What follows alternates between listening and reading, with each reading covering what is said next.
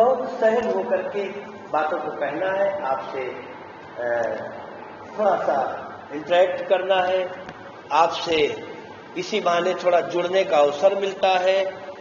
और जब प्रसार शब्द सुनते होंगे तो एक दो अर्थ आपके दिमाग में आते होंगे। ये आज अच्छी संख्या है और 10 लोग हैं। 10 दिशाओं में प्रसार हो। किस चीज का प्रसार? ज्ञान विज्ञान का, है ना। प्रसार का क्या मतलब था? प्रचार प्रसार शब्द सुना ना, तो प्रसार का मतलब होता फैलाना, प्रसारित करना, है ना। 2 शब्द हैं, विस्तार और प्रसार। हम लोग जब अपना बिस्तर बिछाते हैं तो क्या करते हैं? गद्दे को या चादर को फैलाते हैं, है ना, तभी तो उसका नाम बिस्तर पड़ा। विस्तार करते हैं। उसी तरह जब हम ज्ञान का विस्तार करते हैं, फैलाते हैं, तो उसे प्रसार कहते हैं। और सब जानते हैं ज्ञान कोई ऐसी वस्तु नहीं है जो एक जगह समेट कर रख ली जाए। संस्कृत में एक बहुत अच्छा श्लोक कहा गया था। संस्कृत के विद्वान प्राध्यापक यहां बैठे हैं। न चौरहार्यम न राजहार्यम न भ्रातृभाज्यम न चा भारिकारी व्यय कृते वर्धते एव नित्यम विद्या धनम सर्वधनम प्रधानम। विद्या ऐसा धन है जिसका जितना प्रचार प्रसार किया जाए उतने बढ़ता है और धन उतना ही घटता है। पैसा अगर आपके जेब में 100 रुपए है और अगर आपने 40 रुपए खर्च कर दिया तो 60 ही रुपए बचा, है ना। लेकिन विद्या को आप जितना खर्च करेंगे वो दुगणित होता जाएगा, बढ़ता जाएगा, कई गुना होता जाएगा। तो विद्या का प्रसार किया जाता है और इससे कीर्ति बढ़ती है, यश बढ़ता है, जान पहचान बढ़ती है, गुणवत्ता बढ़ती है। तो जब भी हम प्रसार शब्द कहते हैं, क्योंकि इसको आज इनिशियल स्टेज पर पहला व्याख्यान है, हो सकता है बहुत मैं विषय केंद्रित न हो सकूं, लेकिन फिर भी अंत में आपको इसका उद्भव विकास मैं जरूर बता दूंगा। लेकिन संक्षेप में आज बात करूंगा। विषयेतर बात ज्यादा कर रहा हूं इसलिए कि पहले इस कार्यक्रम का मतलब समझ लीजिए, तात्पर्य समझ लीजिए, अर्थ समझ लीजिए। बिना अर्थ समझे कोई काम करने में थोड़ा सा ये लगता है कि मुझे ये क्यों करना चाहिए। जब सभी विषयाध्यापक है, अपने अपने विषय पढ़ा रहे हैं, तो ये प्रसार व्याख्यान की क्या जरूरत है। तो प्रसार व्याख्यान आपके कैरिकुलम को स्पर्श करते हुए थोड़ा सा आपको वाइड नॉलेज देता है, आपको व्यापक ज्ञान उपलब्ध कराता है। एक तो ये सहज अर्थ मैंने प्रसार का बताया कि ज्ञान विज्ञान का फैलाव हो, हमारे तक ही सीमित न रह जाए। मैंने जो अर्जित किया है ये हमारा दायित्व है कि समाज को भी उसे बांटे। मेरी आवाज आ रही सब तक में? समाज को इसे बांटे। तालाब भर का पानी तालाब की ही परिधि में सीमित रहता है, इसलिए सड़ांध पैदा करने लगता है। पर नदी का पानी कभी सड़ता नहीं है। क्यों? उसमें अविरल स्रोत बहता रहता है। उसका जो उत्स है वो वहां से निकल करके और चलता रहता है, पीछे पीछे नया पानी आता रहता है। ज्ञान भी ऐसे ही है। अगर अपने तक ही आपने उसको सीमित रखा तो फिर वह ज्ञान आपके लिए कभी कभी विष जैसा हो जाता है। शरीर में जैसे भोजन करते हैं तमाम सारे टॉक्सिन्स होते हैं ना, जो शरीर में इकट्ठा होते जाते हैं। अपेंडिक्स एक थैली होती है जिसमें जमा होते जाते हैं। जब कभी वो थैली फट फूट जाती है तो फिर शरीर नष्ट कर देती है। तो ज्ञान को सदैव परिशोधन करते रहना चाहिए, रिफाइंड करते रहना चाहिए, ताजा करते रहना चाहिए। इनोवेशंस होने चाहिए, जो नवाचार है, नई चीजें आ रही हैं तो हमारे गुरुजन लोग उनको पढ़ते हैं, अध्ययन करते हैं और फिर वो अपने विद्यार्थियों में उतारते हैं। तो एक तो ये प्रसार की बात हुई कि हम अपने ज्ञान विज्ञान को फैलाएं, अपने विद्यार्थियों में धारण कराएं, उसको जो हमने सीखा है उसको आप तक हस्तांतरित करें। एक तो ये प्रसार का अर्थ हुआ। अंग्रेजी में प्रसार के लिए एक्सटेंशन शब्द है। एक्सटेंशन माने होता है किसी को विस्तार देना। ये आज शब्द भले रूढ़ हो गया। नहीं, प्रसार का ये अर्थ नहीं है जो अभी मैंने पहले बताया, ये तो बहुत सीमित अर्थ है। प्रसार का मतलब होता है पहले कोई एक विषय निर्धारित कर लिया जाता है और उस पर तमाम विद्वानों की सम्मतियां आती थी और उनमें पूर्वापर संबंध बना रहे। पूर्वापर माने पहले का और अपर माने बाद का, इसलिए उसको एक्सटेंड करते रहना पड़ता था, विस्तारित करते रहना पड़ता था। फिर कोई नया अनुशीलन करके आया विद्वान, वो उसी को, उस बात को आगे बढ़ाए, पूर्वापर संबंध स्थापित करे। जैसे आप सीरियल्स देखते होंगे ना, आज एक एपिसोड देखा, कल दूसरा देखा, परसों तीसरा देखा, लेकिन पहले दूसरे तीसरे चौथे के बीच संबंध बने रहते कि नहीं बने रहते, कि कल ये हुआ था, परसों ये हुआ था, आज ये हो रहा है। ये एक्सटेंड करते रहना, प्रसारित करते रहना, उसी चीज को नए नए व्यापक ज्ञान के स्रोतों से जोड़ते रहना, ये तो प्रसार हो गया। जैसे उदाहरण दूं, कल मैंने एक सूचना ग्रुप पर डाली थी आज के कार्यक्रम को लेकर के, जरूर आप लोगों ने पढ़ा होगा, तभी तो आए। कितने लोगों ने पढ़ा? ग्रुप पर जो मैंने सूचना डाली आज के प्रसार व्याख्यान, जिसका विषय ये लिखा है हिंदी भाषा का उद्भव और विकास, कितने लोगों ने पढ़ा ये सूचना? विद्यार्थियों में पूछ रहा हूं, हैंड रेज करिए। इसमें शर्म की क्या बात है? तो इसलिए मैंने पूछा है जरा से इसको, इतने लोगों ने पढ़ा। तो आपने एक सूचना भर के लिए पढ़ा कि 11 से 12 एक कार्यक्रम है। उसमें एक शब्द हमने ब्रैकेट में लिखा था, कोष्ठक में क्या लिखा था? हाँ हाँ हाँ, देखिए इन्होंने पढ़ा ठीक से सूचना। हमने जानबूझ करके ये शब्द कोष्ठक में डाल दिया था, भाद्रपद कृष्ण पक्ष त्रयोदशी। वो क्या है? आज की तिथि है ना? भाद्रपद किसे कहते हैं? बताओ, निसंकोच बताओ। यही इंटरेक्शन करने के लिए तो खड़ा हुआ हूं। ये कौन सा महीना चल रहा है? अच्छा, कितने बच्चे हैं जिनको हिंदी के महीनों के नाम याद है? हाँ, तुम बताओ बेटा, खड़े होके बता दो, पहले से लेकर अंत तक।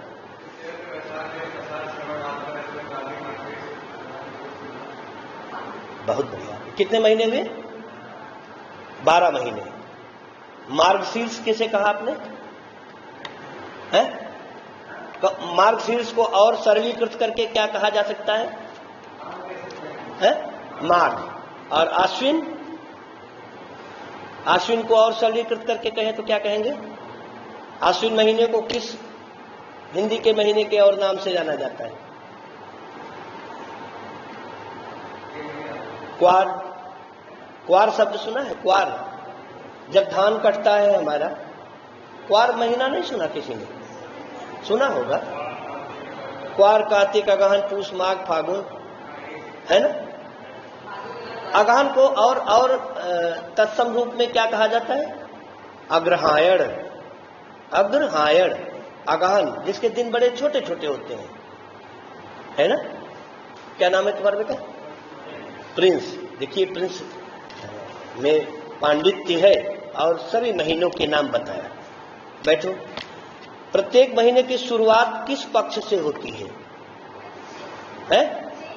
नहीं, खड़े होके बताओ। महीने की शुरुआत, हिंदी महीनों की शुरुआत, महीने में कितने पक्ष होते हैं? कोई जानता है? पखवाड़ा, कितने पखवाड़े होते हैं एक महीने में? आज यही सब बात करना है। हाँ, प्रिंस ही बताएंगे। हाँ, शायद नहीं, यही 2 होते हैं, कृष्ण पक्ष और शुक्ल पक्ष। हिंदी के महीनों के ये 2 पखवाड़े हैं।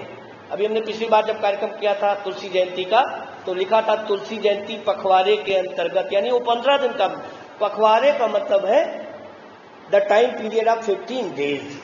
15 दिनों की जो समयावधि है उसको पखवाड़ा कहते हैं या पक्ष कहते हैं। जो पत्र निकलते पाक्षिक, साप्ताहिक, मासिक, दैनिक, अर्धवार्षिक, त्रैमासिक, वार्षिक, तो पाक्षिक माने होता है, बैठ जाते हैं, पाक्षिक माने 15 दिन का समय। हिंदी महीनों की शुरुआत किस पक्ष से होती है, शुक्ल पक्ष या कृष्ण पक्ष? वो बिटिया बताएगी, तुम बताओ। जैसे भादो शुरू हुआ तो ये शुक्ल पक्ष से शुरू होता है या कृष्ण पक्ष से? शुक्ल पक्ष से, ठीक है। तुम बताओ भाई दूसरे नंबर पर, पीछे से। हाँ तुम्ही,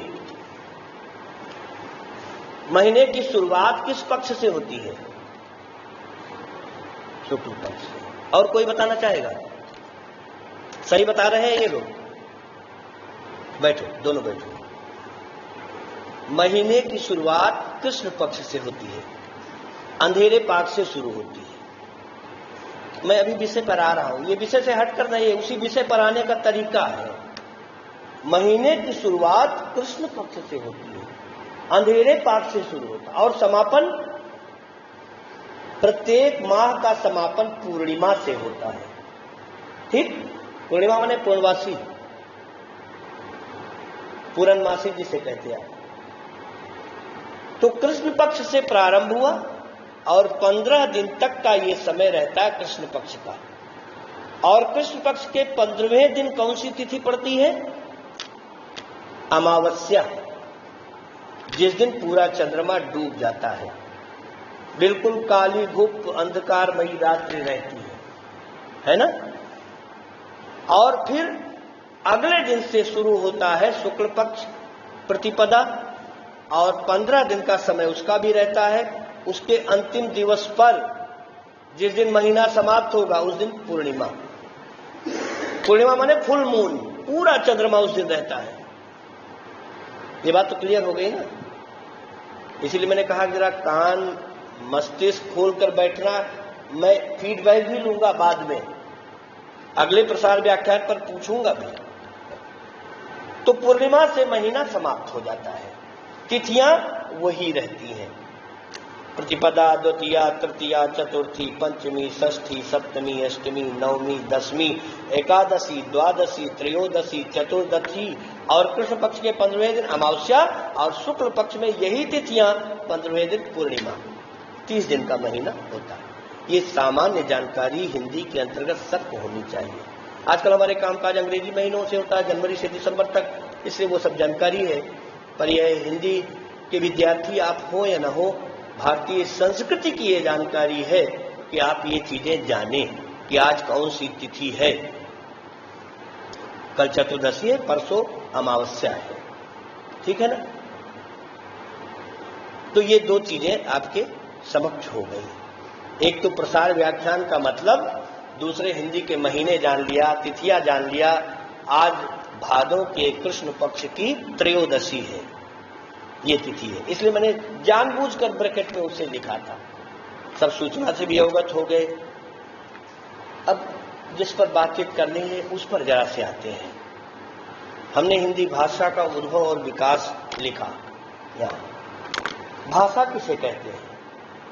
सब बोलते हैं, जन्म लेते ही शुरू हो जाता है, आज तक सबको सुनते कहते चले आए। लेकिन एक निर्धारित डेफिनेशन देनी हो, एक समुचित परिभाषा देनी हो भाषा की, तो क्या बताएंगे? अगर कोई फॉरेनर, कोई विदेशी आ जाए और आप उसे भाषा का अर्थ समझाना चाहें तो क्या समझाएंगे? भाषा किसे कहते हैं? है? अपने को भाषा कहते हैं, पर यह अधूरी है परिभाषा। इसमें दोनों ट्रैफिक है, दोनों तरफ से भावों और विचारों को आदान प्रदान। आपने केवल आदान की बात कही,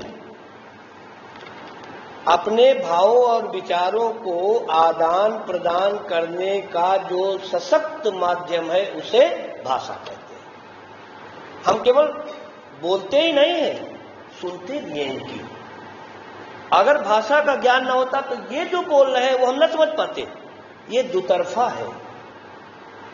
आदान प्रदान करने का जो एक मीडियम है, जो माध्यम है, उसे हम भाषा कहते हैं, ठीक है ना। और ये भाषा कहने वाला है कौन? व्यक्ति किसे कहते हैं? भाषा है तो व्यक्ति है। व्यक्ति के बारे में आज तक सोचा कि इसे व्यक्ति क्यों कहा गया? आई एम ए पर्सन, आप एक व्यक्ति, व्यक्ति, ये तमाम सारे व्यक्ति बैठे हैं, क्या मतलब होता है व्यक्ति का?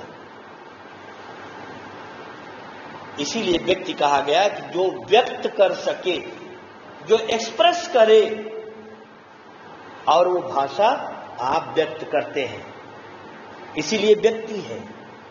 आज तक व्यक्ति का मतलब ना समझा होगा, सुनते तो बहुत दिनों से हैं कि तमाम सारे व्यक्ति या व्यक्तियों से बातचीत होती रही, लेकिन बातचीत होने का जो माध्यम है वो व्यक्ति है, क्योंकि इसके पास अभिव्यक्ति है, ये अपने भावों और विचारों को व्यक्त करता है। समझ रहे ना? तभी तो व्यक्ति है। इसीलिए हम लोग पशु नहीं है। भाषा उनकी भी होती है, खग समझे खगही की भाषा, पशु पक्षियों की भी भाषा होती है, वनस्पतियों की भी भाषा होती है। एक डाल दूसरी डाल पर जब हवा के कारण हिलती है तो सरसराहट, घरघराहट की आवाज आती है, घर्षण की ध्वनियां आती हैं। भाषा उनकी भी है, लेकिन वो कैसी भाषा है?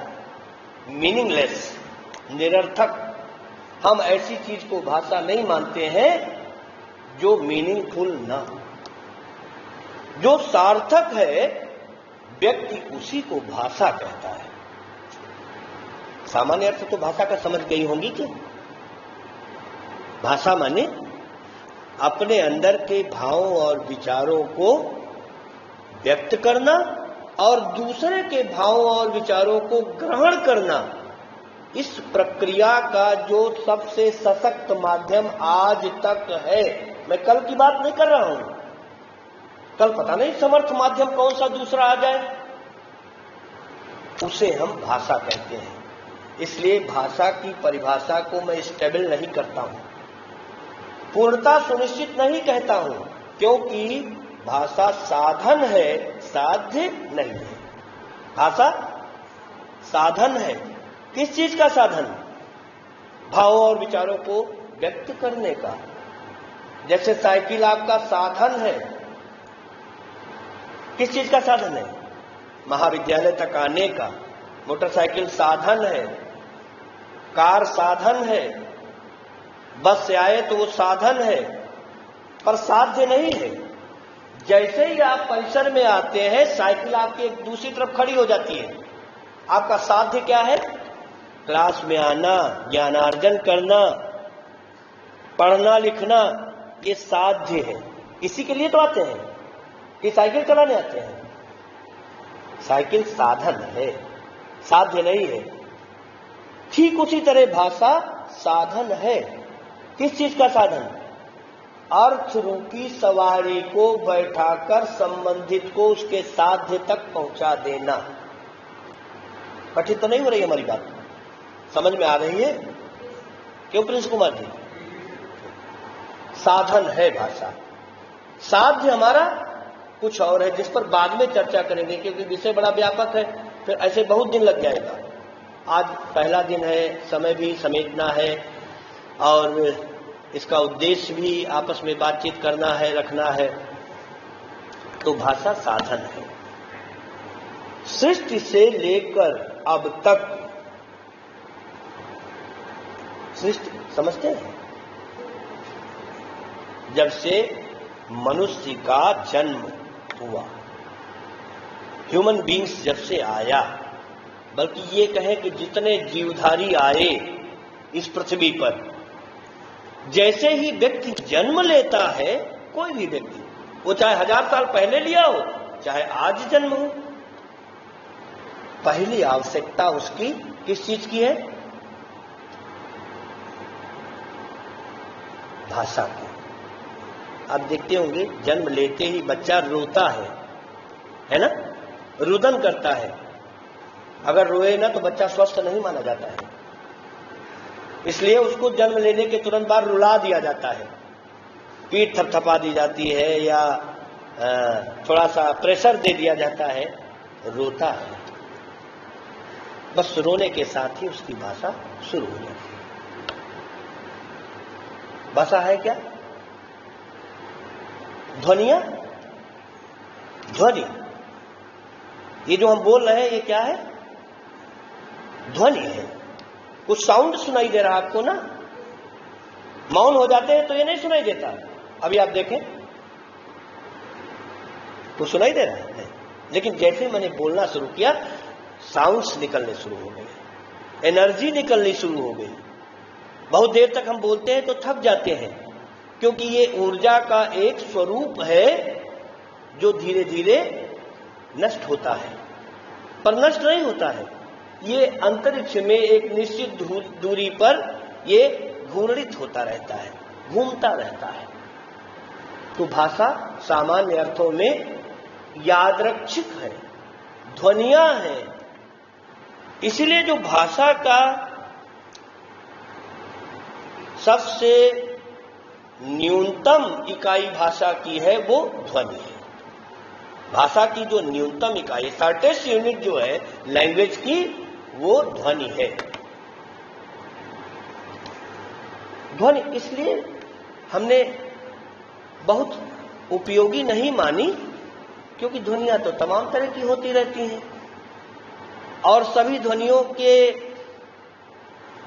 जो मीनिंग्स हैं, उनके जो अर्थ है वो जनरलाइज भी नहीं है।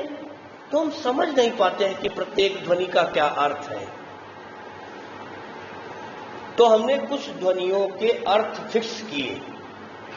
वह ध्वनियां जब निकलती हैं तो उनके अर्थ कम्युनिकेट होते हैं।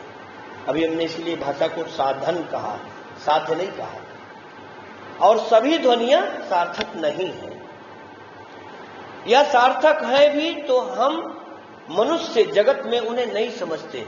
जैसे मैंने एक ध्वनि ये की, इस पर एक मुक्का मारा, धम्म से कुछ आवाज निकली, लेकिन इसका मतलब कुछ समझ पाया?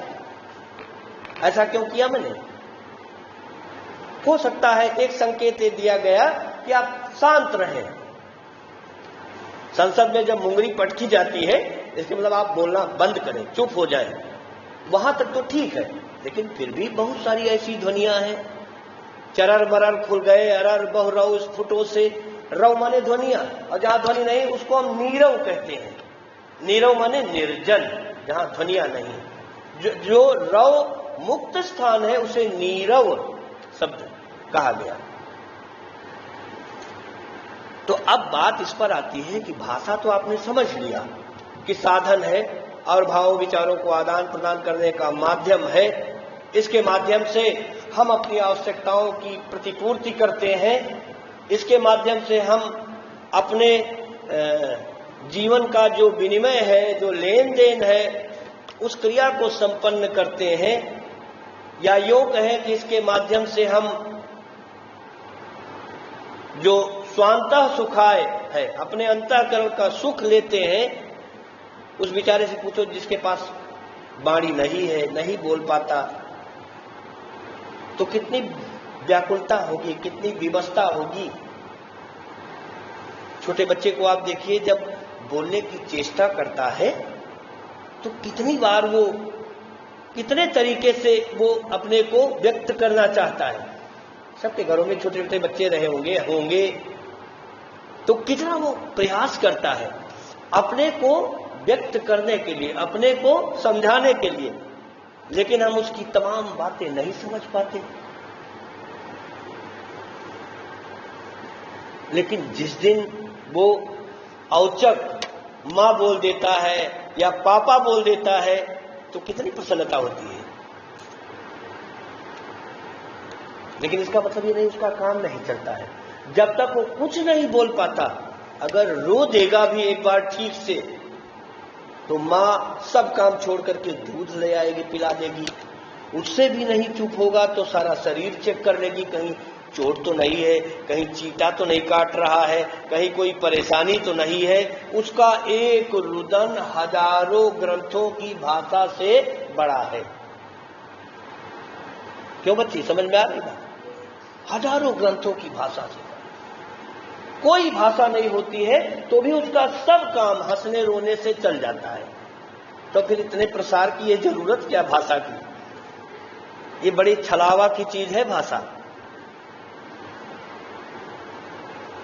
जो बहुत बोलता है वो भी बहुत झूठ बोलता है, बहुत कुछ गलत बोलता है। अभी बच्चे में ये सब नहीं है, इसीलिए ब्रह्म का स्वरूप कहा गया। बहुत कम भाषा में काम उसका चल जाता है। पर फिर वही है कि हम रुदन, हास्य, करुण, इन आंतरिक संवेदनाओं को भाषा नहीं कहते हैं। ये तो भावों की श्रेणी में आता है। And there are difference between the emotion and language. भाषा और भाव में जमीन आसमान का अंतर है। बहुत सारे भाव हमारे अंदर ऐसे हैं जिनको हम भाषा से व्यक्त ही नहीं कर पाते। चाहते हैं कहना, लेकिन गुदरत बने न जाए बखानी। समझ में तो आता है लेकिन कहते नहीं बनता। गूंगे के गुड़ जैसा होता है। मिठास तो है, लगती है अंदर, लेकिन गूंगा है, बता नहीं पाता है, बोल नहीं पाता है, भाषा नहीं उसके पास। भाषा इसीलिए जरूरत है कि हम इंद्रियों के टेस्ट को शब्दों में व्यक्त कर सकें। मैंने तुलसी जयंती के दिन एक बात कही थी कि रामचरितमानस भगवान का वांग्मय विग्रह है। साहित्य के रूप में राम जी का जीवन चरित्र, उनकी झांकी, उसको वांग्मय विग्रह कहा गया। भाषा बहुत जरूरी है। इतना कहने के बाद भी मैं कहता हूं कि भाषा बहुत अनिवार्य, बहुत अपरिहार्य, बहुत आवश्यक है। इसके बिना काम चल ही नहीं सकता। आपके लिए हमें अगर क्रोध व्यक्त करना है तो भाषा चाहिए, प्रेम व्यक्त करना है तो भाषा चाहिए, वात्सल्य व्यक्त करना है तो भाषा चाहिए। लोग कहते हैं ना भैया बोलियो ना, तो कैसे जानते भाई क्या चाह रहे हो तुम? बहुत जरूरत है इसकी, अपरिहार्यता है। और इसीलिए समाज में ये हुआ कि ये आज है लेकिन हो सकता कल न रहे, तो इनकी भाषा को लिपिबद्ध कर लिया जाए। जो कुछ ये कह रहे हैं, जो कुछ ये लिख रहे हैं, उसको रख लिया जाए, क्योंकि हमें इतिहास भी चाहिए। भाषा का एक लंबा इतिहास है। उस इतिहास को कभी कभी हम लोग बीच बीच चर्चा करेंगे। तो अब इस रूप में भाषा के कितने स्वरूप हमारे सामने हैं। भाषा के मुख्यतः दो प्रकार हैं, एक मौखिक, दूसरा लिखित। पहला स्वरूप क्या है? मौखिक। मौखिक माने क्या होता है? कोई बताए? बहुत दिनों से तो मौखिक मौखिक कहते चले आ रहे हैं। आज मौखिकी परीक्षा है। तो मौखिक क्या होता है? बोलना। कैसे बना ये शब्द? मुख से मौखिक बना।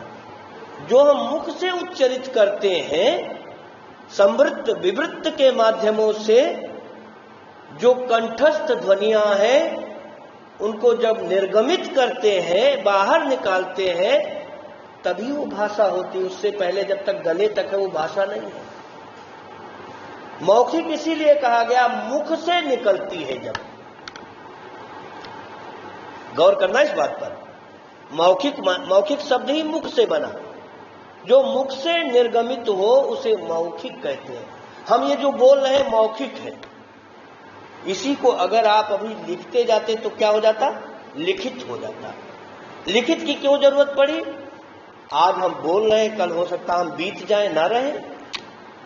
तो हम जो बोल रहे हैं ये सुरक्षित रहे, इसलिए एक और जरूरत पड़ी इतिहास के निमित्त कि उसका लिखित स्वरूप हो जाए।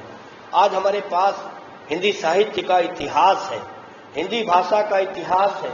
इसीलिए विषय रखा हिंदी भाषा का उद्भव और विकास, origin and development of Hindi language. Origin माने उद्भव, प्रादुर्भाव, और वो कैसे कैसे विकसित होते होते आज यहां तक पहुंची। इसीलिए तो ये विषय रखा गया। ऐसा नहीं कि भाषा केवल हिंदी ही रही है। अभी हमारा ये बात कहना थोड़ी बेईमानी होगी, हम अभी हिंदी का नाम नहीं लेना चाहते। दुनिया की कोई भी भाषा हो, सब जगह भाषा का मतलब यही है, भावों और विचारों का आदान प्रदान करना, आयात निर्यात करना। समझ रहे हैं ना? इसलिए जब हम भाषा कहते हैं तो सीधे अगर शब्द के अर्थ पर जाए, भास धातु में घई प्रत्यय लग करके ये बना। भास माने होता बोलना, भास माने बोलना। दूरभाष शब्द सुना है कभी? दूरभाष किसे कहते? दूरभाष कुछ नहीं, तुम लोग पढ़ते लिखते हो, समाचार पत्र भी कभी नहीं देखते, दूरभाष नहीं सुना आज तक? ये क्या है? अरे टेलीफोन, घर में पहले आप देखते होंगे जो बेसिक टेलीफोन लगे रहते थे, उसमें आवाज कहां से आती थी? दूर से आती थी ना। टेली माने दूर से, और फोन माने भाष, बोलना। दूरभाष यानी वो आवाजें दूर से आती हैं, बोली जाती हैं, और तकनीक के माध्यम से वो आपके कान में सुनाई देती है ना? इसीलिए टेलीफोन की हिंदी है दूरभाष। उसी का ये जरा नव्य स्वरूप है, ये मोबाइल है। तो मोबाइल को क्या कहेंगे? मोबाइल को अगर हिंदी में कहें तो क्या कहेंगे? आप एक जीवित प्राणी है, मोबिलिटी है आपके अंदर, चलकर वहां से यहां आ गई है, ये सचल दूरभाष है जो चल रहा है आपके साथ साथ। वो जो घर में लगा रहता था वो अचल था, वहीं रहता था। अब ये हुआ भाई मुझे जरूरत पड़ती है तो कोई रास्ते में भी बोले तो मैं सुन लूं, तो ये मोबाइल हो गया, ये सचल दूरभाष हो गया। दूरभाष में भी भाष शब्द है, और ये भाष शब्द वही है, भाष माने व्यक्त करना, बोलना, एक्सप्रेस करना। उसी में घई प्रत्यय लग करके भाषा शब्द बना।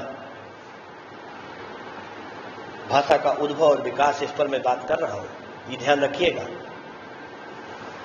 और जब हम हिंदी की बात करेंगे तो इसकी बड़ी लंबी परिभाषा है।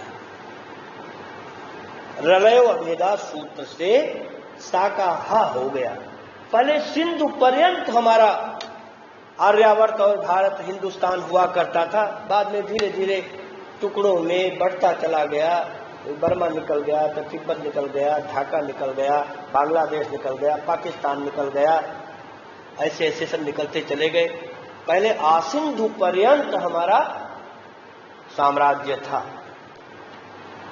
और रलयो भेदा सूत्र से सा का हा हो गया, सिंधु का हिंदू हुआ, और उसी के द्वारा बोली जाने वाली भाषा हिंदी हुई। ठीक? तो क्या हिंदी से पहले कोई भाषा नहीं थी? संस्कृत सर्वेशाम आर्य भाषाणाम जननी। समस्त भारतीय आर्य भाषाओं की मां कौन है? संस्कृत है ना? संस्कृत। संस्कर्तुम करोतु यह ससंस्कृत, वह भाषा जिसका संस्कार कर दिया गया, जिसका परिष्कार कर दिया गया, जिसको प्रक्षालित कर दिया गया, जिसमें कोई दोष नहीं है, कमियां नहीं है, असंगतियां नहीं है, कोई त्रुटियां नहीं है, उस भाषा को संस्कृत कहा गया। इसीलिए इसको देववाणी, गीर्वाण भारती, सुर भारती ऐसे नामों से अभिहित किया गया कि ये भाषा देवों की भाषा है, वेदों की भाषा है, आर्ष ग्रंथों की भाषा है, आरण्यक, उपनिषद, ब्राह्मण, इनकी भाषा है। इसलिए जब हम विकास की बात करेंगे, उद्भव की बात तो मैंने बताई, पर विकास की बात करेंगे तो ये वैदिक संस्कृत से इसका जन्म हुआ, हमारी हिंदी का वैदिक संस्कृत। वैदिक माने वेदकालीन संस्कृत है ना? और वेद काल आप जानते होंगे। अच्छा, कोई ये जानता है वेद किसकी रचना है? वेदों को किसने लिखा? जैसे आपने बताया ना उस दिन कि रामायण वाल्मीकि जी ने लिखी, रामचरितमानस तुलसीदास ने लिखी, महाभारत वेदव्यास जी ने लिखा। तो वेदों का रचयिता कौन है? नहीं पता चलता है। वेद अपौरुषेय माने जाते हैं, माना जाता है ब्रह्म की रचना है, ब्रह्म की रचना है वेद, उसके रचनाकार का नाम नहीं मिलता, इसलिए उन्हें हम लोग अपौरुषेय कहते हैं, ईश्वर की रचना। और वेद माने, वेद का अगर शाब्दिक अर्थ देखा जाए तो क्या है? वेद माने जो जाना जा चुका है। वेद विद धातु से बना, वह चीजें जो संज्ञान में आ गई हैं उन्हें वेद कहा गया। अब वो बात अलग है, लोग नहीं पढ़ रहे हैं, अपना प्राचीन साहित्य नहीं लोग पढ़ रहे हैं, अध्ययन नहीं कर रहे हैं, वो वेद। तो जो वैदिक साहित्य है हमारा, जिसमें आरोह अवरोह स्वरित, जिनके श्लोकों को मंत्र कहा गया, मनः त्रायतेति मंत्र, मन में जिसकी रक्षा की जाए, वेद मंत्र, जिसको कोई वेद पाठी पंडित ही अच्छे से उच्चारण कर पाता है। हम लोग वेद मंत्र पढ़े भी तो अशुद्ध हो जाएंगे, इसलिए कि अभ्यास नहीं है। अगर गुरुकुलों में जाते, वहां वेद पढ़े जन बट समुदाय, साथ साथ वेद मंत्रों के पाठ होते, जैसा होता सामवेद संगीत। चंद्रमा मनसो जाता चक्षो सूर्यो अजायत, इस तरह। पर यह है कि उनका उच्चारण कैसे करना है, किस तरह करना है। तो पहले वैदिक संस्कृत थी हमारे यहां, हजारों वर्षों तक रही। फिर एक समय ऐसा आया कालांतर में, जब लोगों को वैदिक संस्कृत बहुत कठिन लगने लगी, धीरे धीरे उसका अभ्यास, धीरे धीरे उसका प्रयोग कम होने लगा, तो वही वैदिक संस्कृत तो बड़ी कठिन लग रही है। उसका उच्चारण सही नहीं होता तो अर्थ का अनर्थ हो जाता है, मंत्रों को ठीक से जीवन में धारण न करें तो भी अर्थ का अनर्थ होने लगता है। तो धीरे धीरे लौकिक संस्कृत आई। आजकल हम लोग जो संस्कृत पढ़ रहे हैं वो लौकिक संस्कृत है। लौकिक शब्द वैसे जैसे मौखिक, मुख से मौखिक बना, लोक से लौकिक बना। लोक में जो संस्कृत आजकल पढ़ी जा रही है ये लौकिक संस्कृत है। लगभग 500 वर्षों का इतिहास इसका भी रहा। वैदिक संस्कृत, लौकिक संस्कृत, फिर पाली, बौद्ध काल की जो भाषा रही पाली, फिर पाली से थोड़ा और, लेकिन इन सभी भाषाओं में संस्कृत का योगदान है। फिर प्राकृत आई, जिसे तुलसी लिखते हैं, इन्हें प्राकृत जन गुण गाना, सिर धुन गिरा लगत पछताना। प्राकृत भाषा आई, फिर उसके बाद अपभ्रंश आई। तो ये 5 स्तर हो गए विकास के, हिंदी भाषा के विकास के। वैदिक संस्कृत, लौकिक संस्कृत, पाली, प्राकृत, अपभ्रंश, और फिर अब जो भाषा पढ़ रहे हैं खड़ी बोली हिंदी। ये सरापा की बोलियों से आई, अमीर खुसरो की पहेलियों से आई, तब से शुरू हुई धीरे धीरे, आदि काल से। बहुत लंबा इतिहास नहीं है अभी इसका। अवधी भाषा का इतिहास तो केवल 1000 वर्ष पुराना है, और इसको अगर बहुत ज्यादा मैं मान रहा हूं तो 2200-2300 ऐसे बस। इसलिए मैं बार बार ये कहना चाहता हूं कि ये भाषा और इसका स्वरूप कब बदल जाए कोई निश्चित नहीं। आगे जब चर्चा होगी तो मैं इस बात को बताऊंगा क्यों निश्चित नहीं है। क्योंकि बहुत सारे शब्द बदल गए हैं, अब वो नहीं रह गए, या उनकी मीनिंग वो नहीं रह गई। पहले जब हम गुरु कहते थे तो बड़ा सम्मानित शब्द हुआ करता था, है ना। गुरु माने जो अंधकार से प्रकाश की ओर ले जाए। गु माने अंधकार, रू माने प्रकाश। गुरु वह सत्ता जो हमें अंधकार से, अज्ञान रूपी अंधकार से ज्ञान रूपी प्रकाश की ओर प्रेरित कर दे, उसे गुरु कहते हैं। आजकल अर्थ थोड़ा उसका खिसक गया है। कहो गुरु कैसे हो, वही अर्थ है, वो अर्थ नहीं है, वो गरिमा नहीं है शब्द में। अब गुरु का अर्थ गुंडे से लगाया जाने लगा। कहो गुरु कैसे हो, पहले मान्यवर शब्द जिसको सबसे ज्यादा मानते थे उसके लिए प्रयोग करते थे। मानने वालों में वर माने श्रेष्ठ, मान्यवर। आजकल इसका अर्थ विचलित हो गया। मान्यवर, मैं आपको बता देना चाहता हूं कि अगर डेली आप क्लास में नहीं आए तो परीक्षा में बैठने नहीं दूंगा।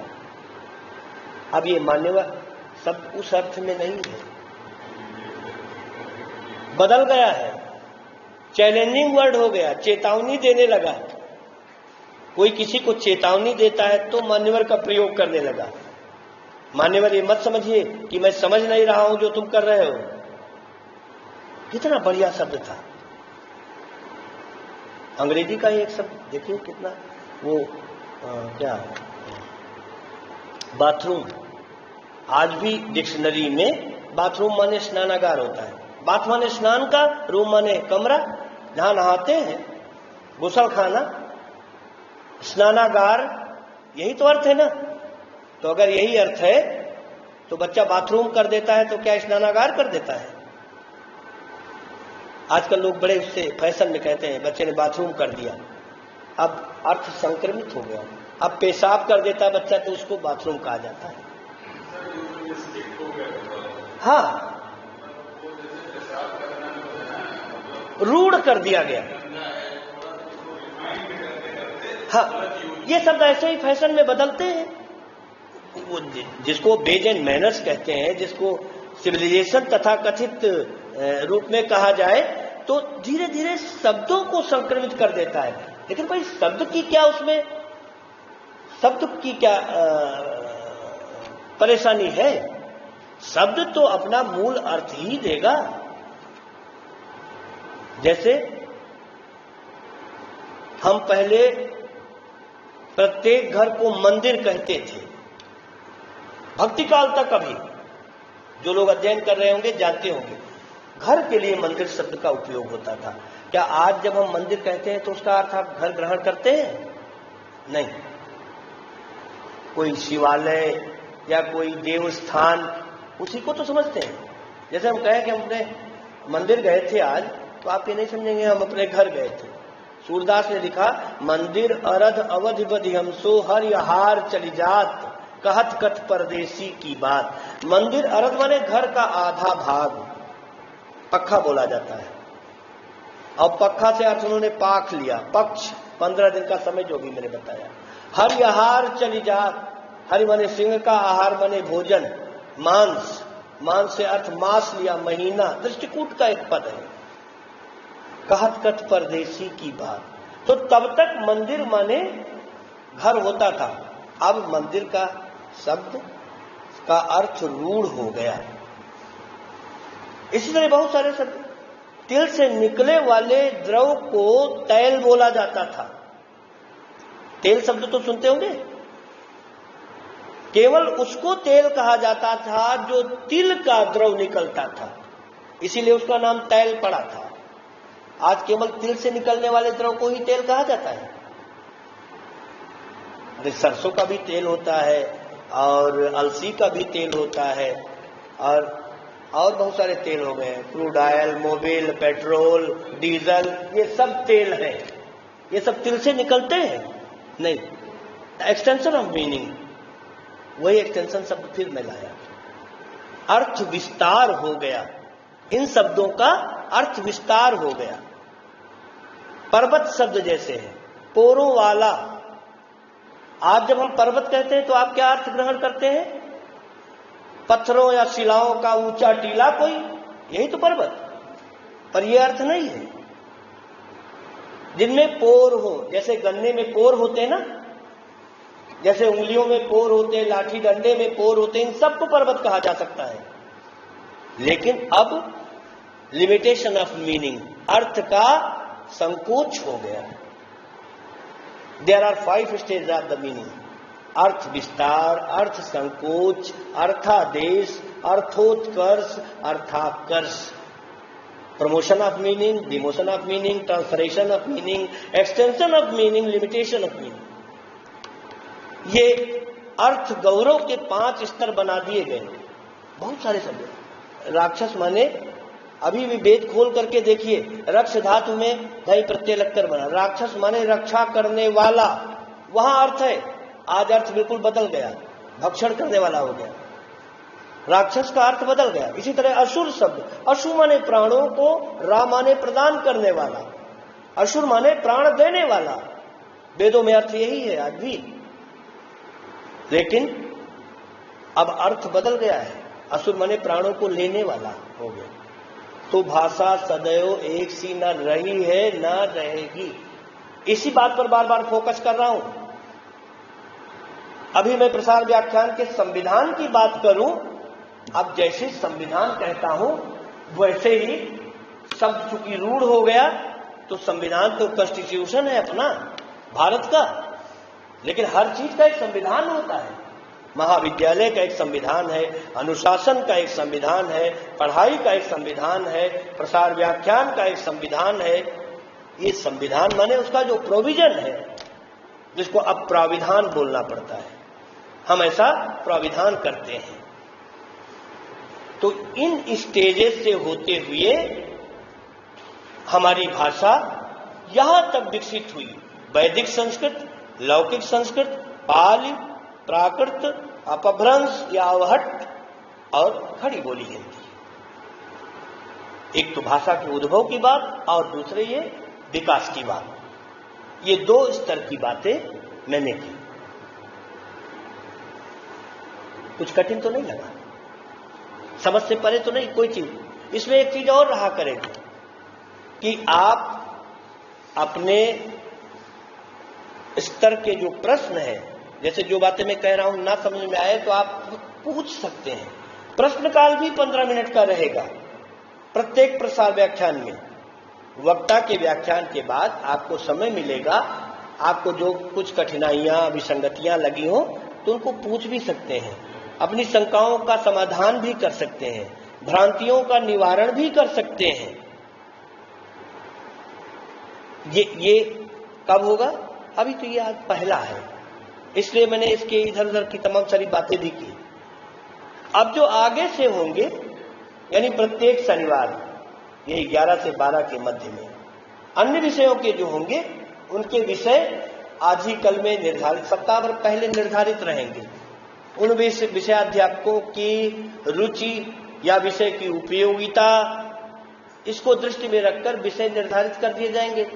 सप्ताह भर पहले आपके संज्ञान में रहेंगे, उन विषयों पर कुछ थोड़ा बहुत आप पढ़ेंगे भी, ठीक है ना।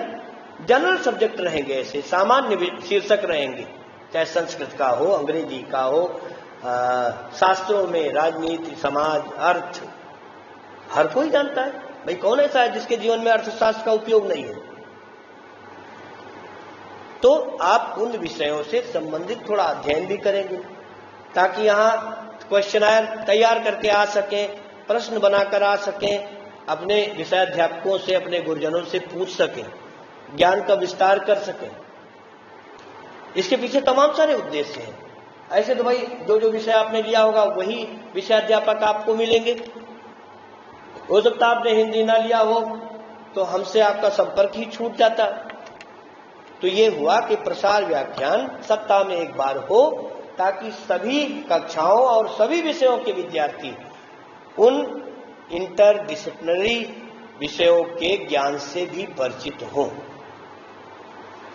और उनके लिए भी जो हमारे शिक्षकगण हैं कि इसी बहाने वो यहाँ सभा के बीच में अपनी बातें रखेंगे, भावनात्मक अनुराग भी बढ़ेगा, उनकी चीजों को हम भी जान सकेंगे। अभी आपने पहले ही कहा कि भावों और विचारों के आदान प्रदान का माध्यम ही भाषा है।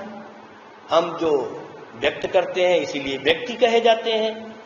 तो हम अगर हिंदी से परिचित हैं तो संस्कृत से भी परिचित हो सकेंगे, अंग्रेजी से भी परिचित हो सकेंगे, राजनीति विज्ञान से भी परिचित हो सकेंगे। जो अंतर विषयी ज्ञान है हम उनसे भी अच्छे से परिचित हो सकेंगे। ये उद्देश्य है इस प्रसार व्याख्यान का। इसका क्रम कुछ ऐसे ही रखा गया कि ये सोचा गया कि पहले सभी साहित्य, फिर सभी शास्त्र। तो जैसे आज हिंदी, अगले शनिवार को संस्कृत, फिर अगले शनिवार को अंग्रेजी, फिर अगले शनिवार को राजनीति विज्ञान, फिर अगले शनिवार को समाजशास्त्र, फिर अगले शनिवार को अर्थशास्त्र, फिर शारीरिक शिक्षा। और जैसे हिंदी में 2 प्राध्यापक हैं तो शारीरिक शिक्षा के बाद हिंदी का एक फिर शुरू हो गया और फिर उसी से दूसरा चक्र शुरू हो गया। इस तरह जब तक आपके ये वर्किंग डे चल रहे हैं, सहज रूप से परीक्षाएं नहीं है, ये नहीं है, ये कोई बहुत हार्ड फास्ट नहीं है कि कोई सरकारी व्यवस्था है, ये आंतरिक व्यवस्था है। तो आप इस तरह थोड़ा सा इन गतिविधियों से भी संलिप्त रहेंगे। ज्ञान का अर्थ क्यों नहीं कि आप आए और अपने विषय का कैरिकुलम देख लिया, पढ़ लिया और उसके बाद चले गए। कुछ सार्वजनिक रूप से यहाँ के नियम, व्यवस्था, अनुशासन, इनसे भी जुड़े रहेंगे और सभी शिक्षकों के ज्ञान से लाभान्वित भी होंगे। हो सकता बहुत सारी चीजें अंग्रेजी की हैं जो हमको आपको सबको नहीं पता है, वो अंग्रेजी से पता चल जाएगा। संस्कृत की चीजें संस्कृत से पता चल जाएंगी। जीवन को कैसे स्वस्थ रखा जाए, कैसे मन और प्राण दोनों के आत्मा का भोजन मिले, ये शारीरिक विज्ञान से आपको पता चल जाएगा। राजनीति में क्या कैसे चल रहा है, राजनीति को धर्म से कैसे जोड़ा जाए, या आज की राजनीति क्या धर्म से निरत होकर के चल रही है, नहीं चल रही है, उसके लाभ हानि क्या है, ये उससे पता चल जाएगा। तो जो हमारे यहाँ विषय है, 7 विषय फिलहाल इस कॉलेज में है, उनके लिए ये व्यवस्था पहले थी, बीच में समाप्त हो गई विभिन्न परिस्थितियों के कारण। अब इसको फिर से पुनर्जीवित किया गया और आज ये पहला, चूंकि प्रस्ताव भी मैंने रखा था तो हमने कहा कि अपने से ही शुरू करते हैं। तो ये हिंदी का पहला प्रसार व्याख्यान आज था। अगला प्रसार व्याख्यान जो शनिवार को होगा वो संस्कृत का होगा। संस्कृत के विद्वान से अभी विषय शीर्षक निर्धारित कर लिया जाएगा, कल तक आपके व्हाट्सएप ग्रुप पर डाल दिया जाएगा। इसी तरह प्रत्येक सप्ताह आपसे अपील ये है कि आप इन कार्यक्रमों में बढ़ चढ़ करके हिस्सेदारी लें। 4 शब्द भी अगर आपके मस्तिष्क में जाएंगे तो आपके लिए बहुत लाभदायक होंगे। इसमें कोई जोर जबरदस्ती नहीं है, लेकिन आपकी उपस्थिति अनिवार्य रहेगी। क्योंकि हम जब अपना समय देंगे, हम जब अपनी एनर्जी खर्च करेंगे, तो हम आपसे भी अपेक्षा करेंगे कि इसको धारण करने वाला, इसका धारक यहां पर उपस्थित रहे। अभी तो चूंकि ये सत्र का शुभारंभ है, मैं सबका स्वागत भी करता हूं और सबको एक संदेश भी देता हूं कि वास्तव में जो स्कूली शिक्षा है, जो पाठशाला की शिक्षा है, वो इसीलिए बनाई गई थी कि सभी वर्गों के लोग एक साथ बैठेंगे। उसमें न कोई बड़ा, न छोटा, न अमीर, न गरीब, न धनी, न निर्धन। यूनिवर्सलाइजेशन होगा, एक वैश्वीकरण जैसा होगा, सबको एक समान। हम ये देखकर थोड़े देते हैं कि ये अच्छे हैं, ये बुरे हैं, ये सुंदर हैं, ये गंदे हैं। हमारी बात जो ज्यादा से ज्यादा ग्रहण कर लेगा, मेंटली फिजिकली जो यहाँ दोनों रूपों में बैठा होगा, ग्रहण कर रहा होगा, सबको एक समान परोस रहे हैं, लेना आपकी जिम्मेदारी है। इसलिए सबकी उपस्थिति सभी विषयों के प्रसार व्याख्यान में बहुत आवश्यक है। अपने विषयों में तो आपको बैठना ही बैठना है, और जब आप पाठशाला में आते हैं, कॉलेज में आते हैं, कुछ ग्रहण करने आते हैं, ये समय आप नष्ट ही कर रहे हैं एक तरह से। जब आप एडमिशन लेने के बाद इधर उधर घूम रहे हैं या थोड़ा तात्कालिक लाभ के लिए कहीं कुछ काम कर रहे हैं, 2-4 हज़ार रुपये कमा ले रहे हैं, लेकिन भविष्य में मिलने वाला लाखों रुपए या बहुत बड़ा जो ब्रेन है आपका, जिसे तैयार करने का उपक्रम हम सब करेंगे, उससे छूट जाएंगे। तो आपको दूरगामी लाभ लेने हैं तो अच्छी शिक्षा की जरूरत है। शिक्षा के लिए आपको समय दान करना है, आपको कक्षाओं में आना है, यहाँ उपस्थित होना है। इन्हीं सब उद्देश्यों को दृष्टि में रखते हुए ये व्यवस्था फिर से जीवित की गई, जिसका आज पहला दिन है। मैं निश्चित रूप से आप सबका आभारी हूँ। सबने मुझे बड़े गौर से सुना, सब यहाँ उपस्थित हुए, और हार्दिक अभिनंदन करता हूँ, कृतज्ञता ज्ञापित करता हूँ, और अपेक्षा करता हूँ कि आप भविष्य में महाविद्यालय की समस्त गतिविधियों में सक्रिय प्रतिभाग करते रहें। क्योंकि आपके बिना, हमने उस दिन भी कहा था, हम सब अधूरे हैं। हमने जो कुछ अपने गुरुजनों से सीखा है वो आपको देना चाहते हैं, पर उसके लिए आपको यहाँ आकर के लेना होगा, बैठना होगा। ये क्रम चलता रहेगा। मैं एक बार फिर सबका आभार ज्ञापित करता हूँ। और आज का ये कार्यक्रम चूंकि 1 घंटे का रहा, समय आपका हो गया।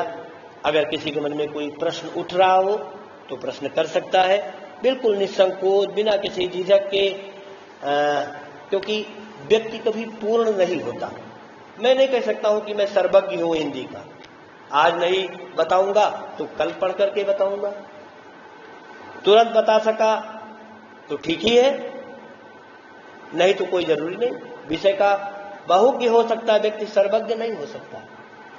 पर जो विषय निर्धारित किया गया उस पर अगर आपके मन में कोई आशंका, कोई प्रश्न बन रहा हो, कोई चीज छूट रही हो, आपको लग रही हो ये चीज और इसमें ऐड की जाती, तो आप वो सुझाव अपना दे सकते, बता सकते। ये ओपन स्टेज है, बिल्कुल खुला मंच। आप अपने मन की अभिव्यक्तियां व्यक्त कर सकते हैं, ये आपका मौलिक अधिकार है। आप कुछ कहना चाहें, पूछना चाहें, या इस सत्र की बात आगे पूछना, कहना चाहें तो भी कह सकते हैं। तो आज इसको यहीं विराम देते हैं। सबका एक बार फिर साधुवाद, बहुत बहुत धन्यवाद। हमारे अनुज तिवारी जी आए और इस कार्यक्रम के उपादेयता व्यक्त करते हुए समापन की घोषणा करें।